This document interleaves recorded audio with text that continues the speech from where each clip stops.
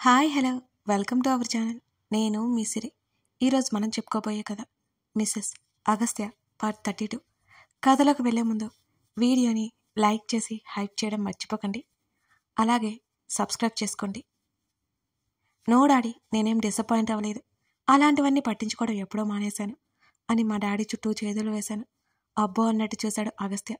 తనలా expression ఇవ్వగానే నవ్వొచ్చింది. మా మాటల్లో ఉండగానే విన్ని హాస్పిటల్కి వచ్చింది. వెళ్ళి హత్తుకున్నాం ఒకరినొకరం. శ్రీ, ఎలా ఉన్నావే అని అడిగింది. చాలా బాగున్నానన్నాను. కానీ నువ్వెలా ఉన్నావు అని విన్నీని అడగలేకపోయాను. హలో సార్, అగస్తిని తను పలకరించింది. మాట్లాడితే ముత్యాలు రాలిపోతాయి అన్నట్టుగా కళ్ళార్పాడు మా రావణ్. మేమిద్దరం మాట్లాడుకుంటూ బయటికి వచ్చి అక్కడే వెయిటింగ్ చైర్స్ ఉంటే అక్కడ కూర్చున్నాం. విన్నీ, ఎలా ఉన్నావు అని అడిగాను. ఆ మాటకు చిన్నగా నవ్వి ఊరుకుంది విన్ని. వంశీని ఇంకా క్షమించలేదా? నువ్వు క్షమిస్తావా అని అడిగింది నన్నే సూటిగా చూస్తూ. నేను ఇంకేం మాట్లాడలేకపోయాను ఆ ప్రశ్నకి. నాకు తెలుసు శ్రీ, తను ఎంతైనా నా హస్బెండ్ కదా, టైం పడుతుంది. కొన్నాళ్ళు నా అసహ్యం భరిస్తూ ఉండాలి తను. అప్పుడే నువ్వు ఎంత బాధపడ్డావో తెలుస్తుంది అని విన్ని కళ్ళు తుడుచుకుంది. ఇప్పుడు ఎక్కడున్నాడో అని అడిగాను. ఇంట్లో. నువ్వు అదే ఇంట్లో. మరి మీ అత్తయ్య వాళ్ళు ఏమనట్లేదా అని అడిగాను నేను. వంశీ గురించి చెప్పలేదు. తను తప్పు తనకే తెలిసింది. ఇంకా తను అనుభవిస్తే కదా పూర్తిగా అర్థమయ్యేది అని అంది విన్ని. విన్ని, ఇప్పటికే చాలా బాధపడ్డావు, ఇక చాలు అని అన్నాను నేను. ఈ విషయం ఇక్కడితో వదిలే శ్రీ. చెప్పు మా ప్రవరాకి సార్ని ఎలా బొటలో వేసుకున్నావు అని క్యూరియాసిటీతో అడిగింది విన్ని, ఆ టాపిక్ డైవర్ట్ చేస్తూ. ఏమో, అది నాకే క్లారిటీగా తెలియదు అన్నాను నేను. అబ్బో, ఎగురుకుంటూ వెళ్ళావు కదా ప్యారిస్ అని ముసిముసిగా నవ్వింది. నోరు ముయ్యవే అన్నాను తన్నే వారిస్తూ. అవును, నిన్న ఆఫీస్కి వచ్చాను, నువ్వు కనపడలేదేంటి? నేను మానేశానుగా అంది. నాకు పెద్ద షాక్ ఇచ్చింది విన్ని ఆ మాటతో. అదేంటే, ఎందుకు వెళ్ళాలి అని లేదు అని చెప్పింది. విన్నీ ముఖంలో మాటల్లో మునుపటి కళ లేనేలేదు. అగస్త్యతో మాట్లాడాలి అనుకున్న వంశీ గురించి. డాడీకి సర్జరీ చేయడానికి సైన్ చేయించుకున్నారు డాక్టర్స్. విన్నీ, నేను, అగస్త్య వెయిటింగ్ హాల్లో కూర్చుని ఉన్నాం. తన భుజం మీద తలవాల్చి అగస్త్య చేతిని గట్టిగా పట్టుకున్నాను. మా మధ్య ఎందుకు అనుకుందేమో అక్కడి నుంచి బాల్కనీ వైపుకి వెళ్ళింది విన్ని. అదేమంత భయపడాల్సిన సర్జరీ కాదు. ఇంకో 4 రోజులు పోతే అంకుల్ తిరుగుతారు. నా చేతి మీద చెయ్యేసి పట్టుకున్నాడు అగస్త్య. ఈ ఆపరేషన్ ఫెయిల్ అయితే నడవలేరట కదా. కళ్ళ ఎత్తి తన వైపు చూస్తూ అడిగాను నేను. తింగరిగా మాట్లాడుకు, యువర్ నాట్ ఎ కిడ్, నన్నే సీరియస్గా చూస్తూ అన్నాడు. నా భయం నాది అని అన్నాను కళ్ళు పూర్తిగా దించేసుకుని. ఏం కాదని చెప్తున్నాను కదా. అనవసరంగా కంగారు పడ్డం, నెగిటివ్ థింకింగ్ వల్ల ఒరిగేది ఏమీ ఉండదు. ఇంకో 1 అవర్లో సర్జరీ అయిపోతుంది అని నా భుజం చుట్టూ చెయ్యి వేశాడు అగస్త్య. అలాగే కళ్ళు మూసుకుని పడుకున్నాను. నా చెంప మీద మెల్లిగా తడుతూ ఉన్నాడు. మరో గంటపాటు తన సమక్షంలోనే నా భయాన్ని పోగొట్టుకున్న పనిలో ఉన్నాను నేను. గంట తర్వాత ఆపరేషన్ పూర్తయి బయటకు వచ్చారు డాక్టర్స్. నేను హడావుడిగా వెళ్తుంటే నా చేతిని పట్టుకుని నెమ్మదిగా డాక్టర్ దగ్గరికి తీసుకెళ్లాడు Agastya. Operation success mister Agastya అంటూ చిన్న నవ్వుతో చెప్పాడు డాక్టర్. రిలాక్స్ ఫీల్ అయ్యాను నేను. తన చేతిని గట్టిగా చుట్టేశాను. మా డాడీని చూడొచ్చా అని అడిగాను నేను. ఇంకో గంట మా అబ్జర్వేషన్లో ఉండాలి. ఆ తర్వాత రూమ్కి షిఫ్ట్ చేస్తాం, అప్పుడు వెళ్ళి చూడొచ్చు అని డాక్టర్ అన్నారు. అలాగే అని తల ఊపి అక్కడి నుంచి వచ్చేసామిక. అంతా ఓకేనా మాకు ఎదురొస్తూనే అడిగింది విన్ని. అవును అన్నట్టు తల ఊపాను నేను. థ్యాంక్ గాడ్ అంతే. తను లంచ్ చేయలేదు కదా, పదా వెళ్దాం అని అన్నాడు అగస్త్య. మీరు లంచ్ చేసి రండి, నేను ఇక్కడే ఉంటాను అని అంది విన్ని. వినిలా, నువ్వు కూడా మాతో జాయిన్ అవ్వు. అగస్త్య తనతో మాట్లాడడం అప్పుడే చూస్తున్నాను నేను. పర్వాలేదు సార్, అంకుల్ లేచాక నేను చూసి ఇంటికెళ్ళిపోతాను, మా ఇల్లు దగ్గరే కదా అని చిరునవ్వుతో సున్నితంగా తిరస్కరించింది విన్ని. నోరు మూసుకొని రావే. అగస్త్య నా చేతిని పట్టుకుంటే నేను తన చేతిని పట్టుకుని అక్కడి నుంచి లాక్కెళ్ళిపోయాను. నేను ముందు రోజు విన్నీ వంశీ గురించి అగస్త్యతో చెప్పాను. దానికోసం మాట్లాడడానికి తను కూడా లంచ్కి పిలిచాడేమో అనిపించింది నాకు. చూడాలి మరి తనేం మాట్లాడబోతున్నాడు. విషయం లేకపోయినా తను పిలుస్తాడనుకో. ఏమో చూడాలి అనుకుంటూ అగస్త్యతో పాటు రెస్టారెంట్కి వెళ్ళాను విన్నీతో సహా. ఫుడ్ ఆర్డర్ పెట్టమని మెనూ ఇచ్చాడు తను. మేమిద్దరం మాకు కావాల్సినవి చెప్పగా ముగ్గురి కోసం ఆర్డర్ ఇచ్చాడు తను. కాసేపటి తర్వాత విన్నీ పక్కకొక వ్యక్తి వచ్చి కూర్చున్నాడు. ఆ వ్యక్తిని ఎక్కడో చూసినట్టుంది, కానీ గుర్తులేదు నాకు. ఎవరబ్బా అనుకుంటూ చూశాను నేను. విన్నీ టక్కున పైకి లేచింది. ఏమైంది అన్నట్టు చూశాను. సార్ నేను వెళ్ళిపోతున్నాను అంటూ బ్యాగ్ తీసుకుంది విన్నీ. విన్నీ వాట్ హ్యాపెన్ అంటూ నేను పైకి లేచి గబుక్కున తన చేతిని పట్టుకున్నాను. నేను అంకుల్ దగ్గర ఉంటాను, మీరు లంచ్ చేసి వచ్చేయండి అంటూ నా చేతిని విడిపించుకుంటుంటే, అబ్బా విన్నీ ఏమైందో చెప్పు, చూడ్డానికి వచ్చాం, తినకుండా వెళ్ళిపోతే ఎలా అని అడిగాను. అక్కడ ఉండాలి అని లేదు అని చెప్పింది విన్నీ. అదే ఎందుకో అంటూ పక్కనే ఉన్న అతన్ని అనుమానంగా చూశాను నేను. శ్రీ ప్లీజ్ వదులు అంటూ విడిపించుకుంటుంటే, వినిలా కూర్చో అన్నాడు అగస్త్య. అగస్త్య వైపు ఒకసారి చూసి సైలెంట్గా చైర్లో కూర్చుంది. అక్కడ ముగ్గురికి ఏం జరుగుతుందో తెలుసు. పిచ్చిదానిలో దిక్కులు చూస్తూ కూర్చున్నాను, ఏమీ అర్థం కాక. నేను అగస్త్య అని ఏదో తెరిచి అడగబోయే లోపలే నా చేతి మణికట్టు దగ్గర పట్టుకున్నాడు. తనే చెప్తాడులే అని నేను ఇక ఊరుకున్నాను. సరిగ్గా అదే సమయంలో ఫుడ్ వచ్చింది. విన్నీ భోజనం చెయ్యి అని అన్నాను నేను సీరియస్గా. తను అసలు మా వైపు చూడకుండా తల వంచుకొని ప్లేట్ వైపు చూస్తుంది. అగస్త్య అని పిలిచాడు ఎదురుగా కూర్చొని ఉన్న అతను. షటప్ వంశీ సీరియస్గా చూశాడు తను. ప్లేట్లో చేతిని పెట్టి కలుపుకుంటున్న నేను తల ఎత్తి చూశాను అతని వైపు. వంశీ అని అగస్త్య పిలవడం స్పష్టంగా వినిపించింది నాకు. పరీక్షగా చూశాను ఎదురుగా ఉన్న అతన్ని. లైట్గా పోలికలు ఉన్నాయి. నేను ఇంతకుముందు చూసినప్పుడు కంటే చాలా మారిపోయి కనిపించాడు అతను.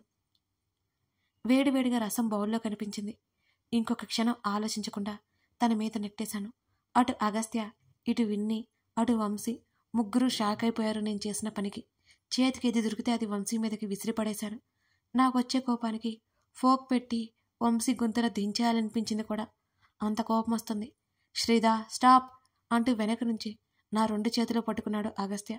వదులు నన్ను, ఈరోజు వీన్ని చంపేస్తా అని నేను అరవగానే నా వైపు కళ్ళు పెద్దవి చేసి మరీ చూస్తున్నాడు వంశీ. మరోవైపు కాలుతుందనుకుంటా. రెస్టారెంట్లో అందరూ మా వైపు చూస్తుంటే నన్ను ఆపడానికి అగస్త్య అష్ట కష్టాలు పడుతున్నాడు. వెంటనే నన్ను 2 చేతులలో ఎత్తుకొని కారు దగ్గరికి తీసుకొచ్చేశాడు అగస్త్య. నేనైతే గింజుకుంటూనే ఉన్నాను, చూస్తూనే ఉన్నాను. కారులోకి తీసుకొచ్చి పడేశాడు. నన్ను వెళ్ళనివ్వు, ఆ వంశీని నేను చంపేస్తాను అని ఊగిపోయాను నేను. ఆగవే బాబు, నువ్వు చేసిన పనికి వాడి బాడీ అంతా కాలిపోయి ఉంటుంది ఈ పాటికి, శాంతించు. అక్కడ ఏదో జరిగినట్టుగా నవ్వాడు మా రావణ్. ఇక నేను కోపంతో ఊగిపోతుంటే నీకు నవ్వొస్తుందా? అయినా నన్ను ఎందుకు లాక్కొచ్చావు నువ్వు? వారు నాకు చేసిన దానికి ఖచ్చితంగా చంపేస్తా. ఈరోజు అటు ఇటు తేలిపోవాలి అని ఊగిపోతున్నాను నేను. ఫుల్గా ఆకలేస్తుంది, మరో రెస్టారెంట్కి వెళ్దాం పదా అని అన్నాడు అగస్త్య. ఇప్పుడు ఆకలికి తిప్పలు వచ్చాయా? తన వైపు కోపంగా చూశాను. తన చేతులు విడిపించుకుని మరి. నిజంగా చాలా ఆకలిస్తోంది అని తన ఫేస్ అమాయకంగా పెట్టాడు. తను అలా అనగానే కాదు అనలేకపోయాను. చేతులు కట్టుకొని సైలెంట్గా కూర్చున్నాను ఇక నేను. సరిగ్గా మరో హోటల్ దగ్గరికి తీసుకుని వెళ్ళి ఈసారి ప్రైవేట్ క్యాబిన్ బుక్ చేశాడు మా కోసం. నేను అలిగాను, నన్ను అక్కడి నుంచి తీసుకొచ్చాడు కాబట్టి. తనే ఫుడ్ ఆర్డర్ చేసినట్టు ప్లేట్లో పెట్టాడు. ఆయన నేను నోరు విప్పలేదు. ఇప్పుడు నా చేత ఫుడ్ తినిపించుకోవాలని నీ ప్లానా? ఐఆమ్ కరెక్ట్ అని అడిగాడు అగస్త్య కళ్ళెగరేసేది. అవును మరి, రోజు తెగ తినిపిస్తున్నావు, నువ్వు లేకపోతే మొద్దు కూడా తినలేను కదా నేను అని వెటకారంగా ముఖం తిప్పేసుకున్నాను. నీకు కాస్త తిక్క ఉందని ఎప్పుడూ అంటూ ఉంటాను కదా, నేను అన్నది కరెక్ట్ తెలుసా అని తనే భోజనం తినిపించాడు నాకు కూడా. ఆ వంశీగాడి వల్ల మా హ్యాపీ మూమెంట్స్ ఎందుకు పోవాలని నేను సైలెంట్గా తిన్నాను అగస్త్య పెడుతుంటే. ఇంకేంటి సంగతులు అని అడిగాడు. అసలు నువ్వేం మాట్లాడుతున్నావు నీకని తెలుస్తుందా అని తన మీద ఫైర్ అయ్యాను నేను. తలిగే కదా అమాయకంగా ముఖం పెట్టి చెప్పాడు అగస్త్య. అయ్య బాబోయ్, ఈ ఎక్స్ప్రెషన్ పెట్టి షాక్ ఇవ్వకు నాకు అని అన్నాను కళ్ళు తేలేసి. ఈసారి గట్టిగా నవ్వేశాడు తను. ఇద్దరం కడుపు నిండా భోజనం చేసి ఆ వంశీ అంతు తెరుద్దాం పదా అని అన్నాను. నేను వాడికి వేసే శిక్ష మా ఇద్దరి మధ్య ఉన్న బంధం ఖరీదు, మా ఇద్దరి మధ్య ఉన్న స్నేహం ఖరీదు. ఇంతకంటే ఇంకేం పెద్ద శిక్ష ఉంటుంది? నా కళ్ళల్లోకి సూటిగా చూస్తూ చెప్పాడు అగస్త్య. ఆ మాటకి ఇంకేం సమాధానం చెప్పలేకపోయాను. మరి రెస్టారెంట్కి ఎందుకు పిలిచినట్లు నాకైతే అర్థం కాలేదు. నేను ఇంకొక మాట అడిగేసరికే నా చేతిని పట్టుకుని బయటికి లాక్కెళ్ళిపోయాడు అగస్త్య. ఎప్పుడూ ఇంతే రాక్షసుడు. అరే, నన్ను సరిగ్గా మాట్లాడనివ్వడే. ఓయ్, ఇప్పుడైనా చెప్పు అని నేను అడుగుతుంటే కార్ స్టార్ట్ చేశాడు అగస్త్య. నిన్నే అడుగుతున్నాను, చెప్పు, వినిపించడం లేదా నీకు అని నేను గట్టిగట్టిగా అరుస్తుంటే, నోరు మూస్తావా లేక నీ నోటిని నన్నే మూయమంటావా? నా వైపు చూసి కనుబొమ్మలు కదిలించాడు అగస్త్య. తన మాటల వెనుక ఉన్న అర్థం ఏంటో పసిగట్టిన నాకు ఆటోమేటిక్గా తిక్కలేచింది ఒక్కసారిగా. ఏంటో ఈ మహానుభావుడు ఏది తిన్నగా చెప్పడు. అక్కడేమో విన్నీని ఒంటరిగా వదిలేశాడు ఆ వంశీ దగ్గర. విన్నీ ఆ వంశీకి వైఫే కావచ్చు, కానీ ఇప్పుడు వాళ్ళిద్దరూ మాట్లాడుకోవట్లేదు కదా. అసలు తింటుందో తినదో ఏమవుతుందో ఏంటో నేను అదే ఆలోచిస్తూ కూర్చున్నాను. మేము అటు ఇటు మరో గంట కాలక్షేపం చేసి హాస్పిటల్కి వెళ్ళాం. ఆలోపే డాడీని ఐసీయూలోనే ఉంచారు. డాడీని అబ్జర్వేషన్లో ఉంచాలి అన్నారు. డాడీ ఇంకా స్పృహలోకి రాలేదు. నేను అగస్త్య డాడీని చూడ్డానికి వెళ్ళాం. త్వరలోనే మా డాడీ నడవబోతున్నారు. నాకు చాలా హ్యాపీగా అనిపించింది. డాడీ చేతిని పట్టుకుని అలాగే కూర్చొని కాసేపు పాటు ఉండిపోయాను. నా భుజం చుట్టూ చెయ్యేసి నా కళ్ళలోకి చూశాడు. భయపడొద్దు అన్నట్టు కళ్ళర్పుతూ. వెంటనే నడుము చుట్టూ చేతులు వేసి తన పొట్టలో ముఖం దాచుకున్నాను నేను. ఏ పొట్టిదానా, ఏడవకు అని తను అంటున్నా నేనేం తిరిగి అనలేదు. ఒకవైపు మోయలేని సంతోషం, మరోవైపు వెనకాల ఉన్న నాగతం, రెండిటి మధ్య నలిగిపోయి ప్రశాంతత కోరుకున్న మనసు మరోవైపు. ఇప్పుడు నాకు ఊరట కలిగించేది తనే. తన దగ్గర ఏమీ కోల్పోయానో తనే తిరిగి ఇవ్వాలి మరి, అంతే కదా. వడ్డీతో సహా రాబట్టేస్తా, ఊరుకోని అసలు. శ్రీద ఇక్కడ గడుసుతనానికి మారుపేరు శ్రీద అంటే. అక్కడ ఎక్కువసేపు ఉండకూడదని నర్స్ అంటుంటే తను నన్ను బయటికి తీసుకొచ్చేశాడు. మనకిక ఎంట్రీ ఉండదు, ఇక ఇంటికి వెళ్దాం పదా అని అగస్త్య అన్నాడు.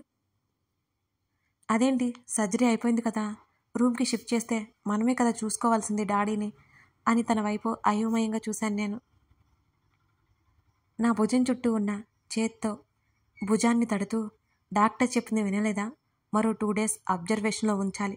వాళ్ళ రీజన్స్ వాళ్ళకి ఉంటాయి. మనకంటే వాళ్ళే బాగా కేర్ చేస్తారు.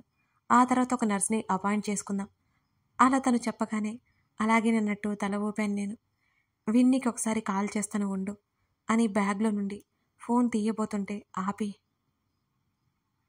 ఇప్పుడు కాదు, రేపు ఉదయం చేద్దాం కానీ పద అంటూ అక్కడి నుంచి ఇంటికి తీసుకొచ్చేశాడు. అప్పటికే 4 గంటలైపోయింది. నా లగేజ్ అంతా సర్దేశాను. ఇక్కడ ఏం లేవు, నన్ను నా రూమ్లో డ్రాప్ చేయి అని నేను అనగానే నా కోపం వచ్చేలా చేయకుండా నోరు మూసుకుని పద అని అన్నాడు తను. నన్ను తిట్టాడు కదా, అలిగి ముఖం వేలాడదీసుకుని ఇంట్లోకి నడిచాను నేనిక. ముఖం మీద నీళ్లు కొట్టుకుని బెడ్ మీద పడిపోయాను అడ్డంగా. డిస్టర్బ్ చేయలేదు నన్ను. మరో 2 గంటల పాటు నిద్రపోయాను. తనేమో పెయింటింగ్ వర్క్స్ అన్నీ చూసుకుంటున్నాడు పాపం. నా హెల్ప్ తీసుకోలేదు. ఒకప్పుడు తనలో ఉన్న రావణ్ మెటీరియల్ ఇప్పుడు ఎక్కడికి పోయిందో అర్థం కావడం లేదు నాకైతే. చాలా మంచోడు అనుకోగానే అలా చెడ్డోడైపోతాడు మళ్ళీ. నా విషయంలో పెద్ద శాడిస్టు ఈతగాడు. చిచి, నేనేంటి ఇలా అనుకుంటున్నాను. నా అపర ప్రవరాక్యుడు ఎంత మంచోడు. ఏ అమ్మాయి వైపు కన్నెత్తి కూడా చూడ్డు. ఇక నుంచి రావణ్ అనే పేరు క్యాన్సిల్. మోడరన్ ప్రవరాక్యుడు కూడా క్యాన్సిల్.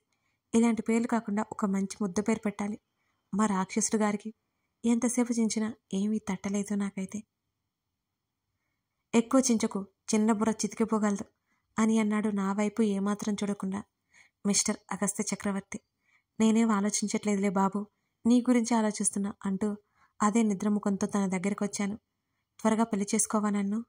తన ముందు సాలిపోయి నిలబడిన నన్ను పైనుంచి కింద వరకు సారి చూసి ఒడిలో ఉన్న ల్యాప్టాప్ దిండితో సహా పక్కన పెట్టేశాడు తను. చేతులు చాపగానే వాలిపోయాను తన ఒడిలో. కథ కొనసాగుతోంది. అగస్త్య శ్రీధర్ మధ్య బంధం రోజురోజుకి బలపడుతోంది కదా. ఇంతకీ రామ్ కథ ఏంటి? అగస్త్య శ్రీధుల మధ్య ఇంకేమైనా కారణాల చేత ఎడబాటు రానుందా? వాళ్ళిద్దరి పెళ్లి జరుగుతుందా? ఇవన్నీ తెలియాలి అంటే మీరు ఈ కథని పూర్తిగా చూడాల్సిందే. కథ నచ్చితే లైక్ చేసి కామెంట్ చేయడం మిస్ చేయకండి friends. Thank you for watching this video.